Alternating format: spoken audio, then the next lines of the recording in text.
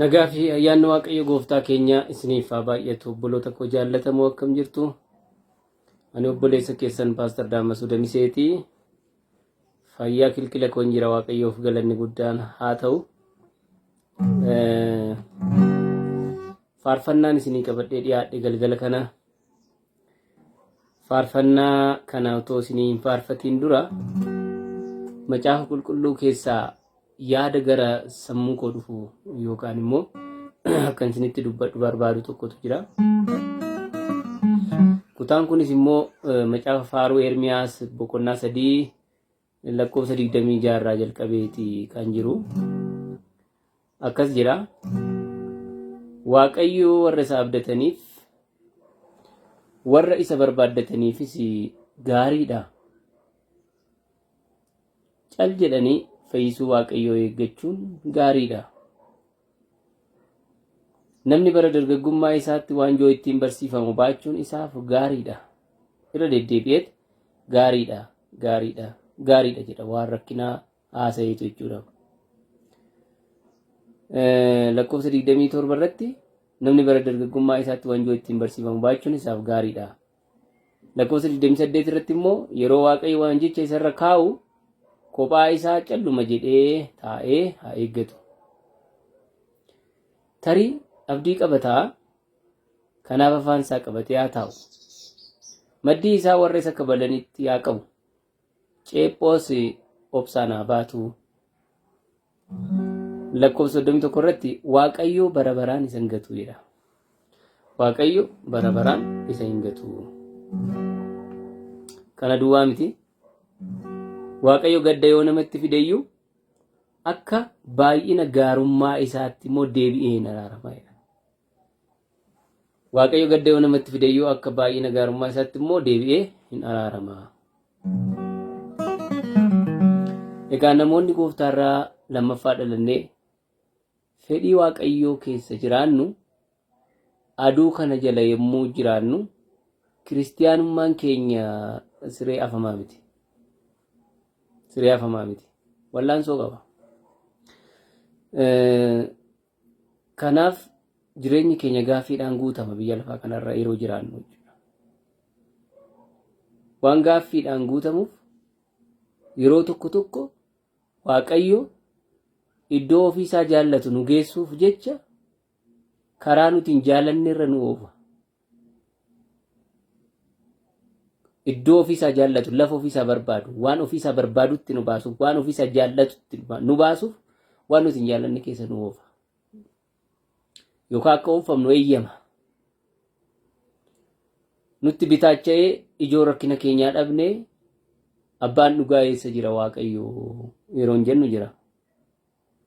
Gaaffii kanaan waadama keessi qo'anii amma. Abbaan dhugaa eessa jira? Maaf hin dubbatu? Jedha. Macaafni qulqulluun immoo gaariidha, gaariidha, gaariidha, gaariidha jedhee Waaqayyo bara baraan nama hin gatu. Gadda yoo namatti fideyyuu akka baay'ina maal isaatti, akka baay'ina gaarummaa isaatti. Gaarummaa Waaqayyootu garmalee baay'eedha jechaadha. Kanaaf obsaan baachuu, obsaan danda'uun, eeguun, ceephoo baachuun hamma guyyaa Waaqayyootti gaariidha jechuudha. Maaliifii waan Waaqayyo bara baraan nama hin ganneef, maaliifii waan gaarummaa Waaqayyo garmalee baay'ee ta'eef. Kanaaf obsi nama Waaqaa fakkaadhu Yesuusiin faarfannaa jedhu. Faarfannaadhuma isin kana dura beektan galgala kana isinii faarfadha. Na wajjiniin hafuura keessanii faarfannaa kana hordofaan isiniin jedha.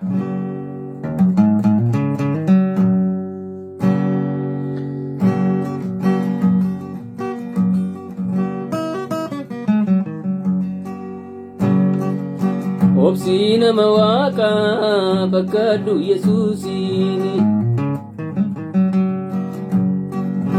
Abdiin kee jiraata dhammata gadi buusiini. Yeroo barramaate qajeelaan guguufu. Somni si daddagaagee yeroo dhugaan kufu. Cimii malee laafiini jira Waaqayyooni madaan keenya hin fayyaa hin dhufam guyyaanii iddootti deebi'aa dhugaanii. Obsii nama Waaqaa fakkaadhu Yesuusiini, abdiin kee jiraataa dammataa gadi hin buusiini. Yeroo barrammaate qajeelaan gugguufu, somni si daddagaagee yeroo dhugaan kufu. Cimii malee laafiini jira Waaqayyooni, madaan keenya hin fayyaa hin dhufam guyyaanii iddootti deebi'aa dhugaanii.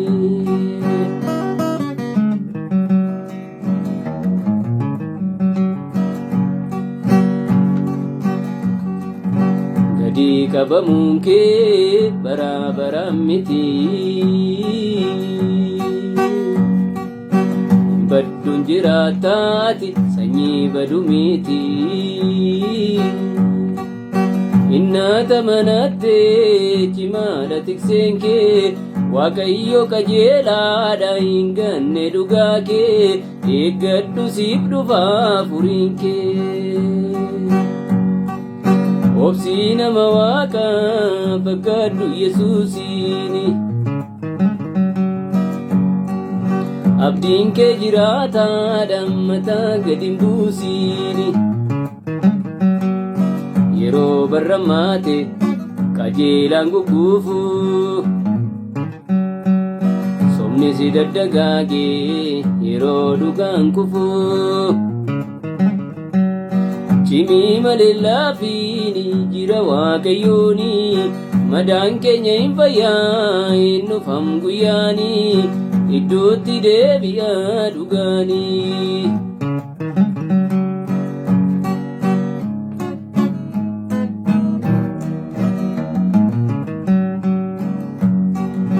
Daddarbamta malee kuftee badduun baatu,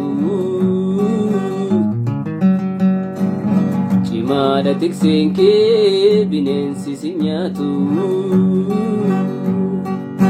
Hin eega Waaqayyoo miila qulqulloota, cabee dhangala'aa tuufuun jallattoota, amma gad qabamtee ol kaata.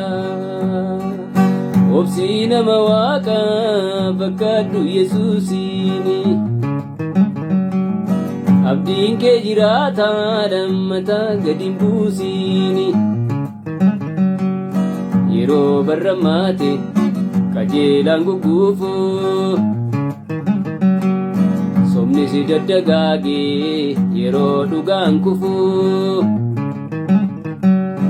Cimii malee laafiini jira Waaqayyooni, madaan kee hin fayyaa hin dhufam guyyaanii iddootti deebi'aa dhugaanii.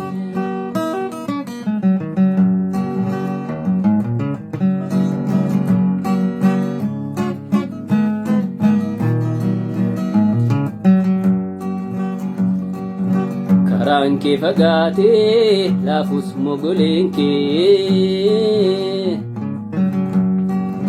garaan kee madaa'ee cobus imimmaan kee. Of fuuldura laalii jira abdiin hiyyeessa, singaatu mucaa koo yoo jedhu dhageessa, amma gad qabamtee ol kaata. Karaan kee fagaatee laafus mogoleen kee, garaan kee madaa'ee cobus imimmaan kee. Of fuuldura laalii jira abdiin hiyyeessa, singaatu mucaa koo yoo jedhu dhageessa, iddoo siif yaadame hin geessa. Obsii nama Waaqaa fakkaadhu Yesuusiini, abdiin kee jiraataa dammataa gadi hin buusiini. Yeroo barrammaate qajeelaan gugguufu, somni si daddagaagee yeroo dhugaan kufu cimii malee laafiin jira waaqayyooni madaan keenya hin fayyaa hin dhufan guyyaani iddootti deebi'aa dhugaani iddootti deebi'aa dhugaani iddootti deebi'aa dhugaani iddootti deebi'aa dhugaan haleluuyaa abbaan dhugaa jira waaqayyo gooftaan hunduma gararraa haleluuyaa ameen